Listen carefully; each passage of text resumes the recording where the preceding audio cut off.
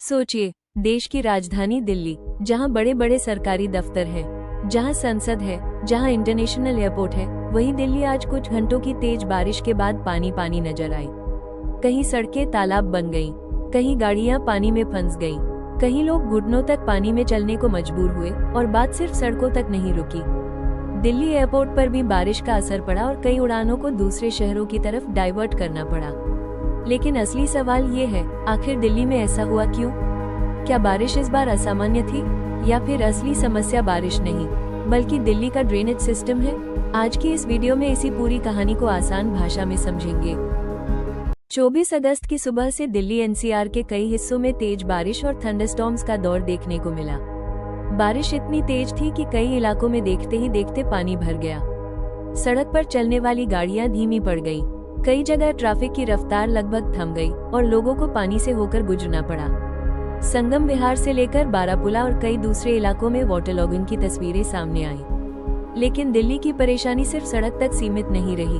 बारिश और खराब मौसम का असर दिल्ली के इंदिरा गांधी इंटरनेशनल एयरपोर्ट पर भी पड़ा।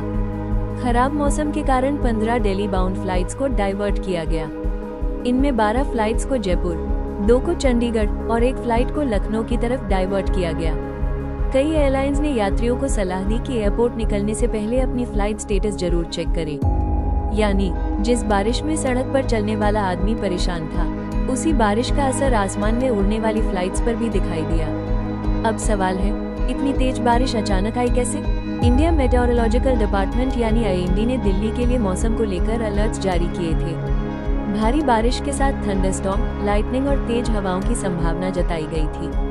कुछ हिस्सों में तेज हवाएं भी चलने की चेतावनी दी गई थी। यानी ये सिर्फ हल्की फुहार वाली बारिश नहीं थी। कम समय में तेज बारिश होने पर शहर के ड्रेनेज सिस्टम पर अचानक बहुत ज्यादा दबाव पड़ता है, और यहीं से दिल्ली की दूसरी कहानी शुरू होती है।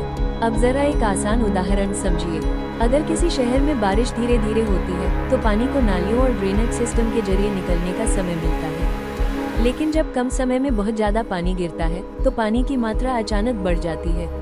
अगर ड्रेनेज सिस्टम उतना पानी जल्दी बाहर नहीं निकाल पाए तो सड़क पर पानी जमा होना शुरू हो जाता है, और अगर सड़क के आसपास की जमीन पहले से कंक्रीट से ढकी हो तो पानी जमीन के अंदर जाने के बजाय सड़क पर बहता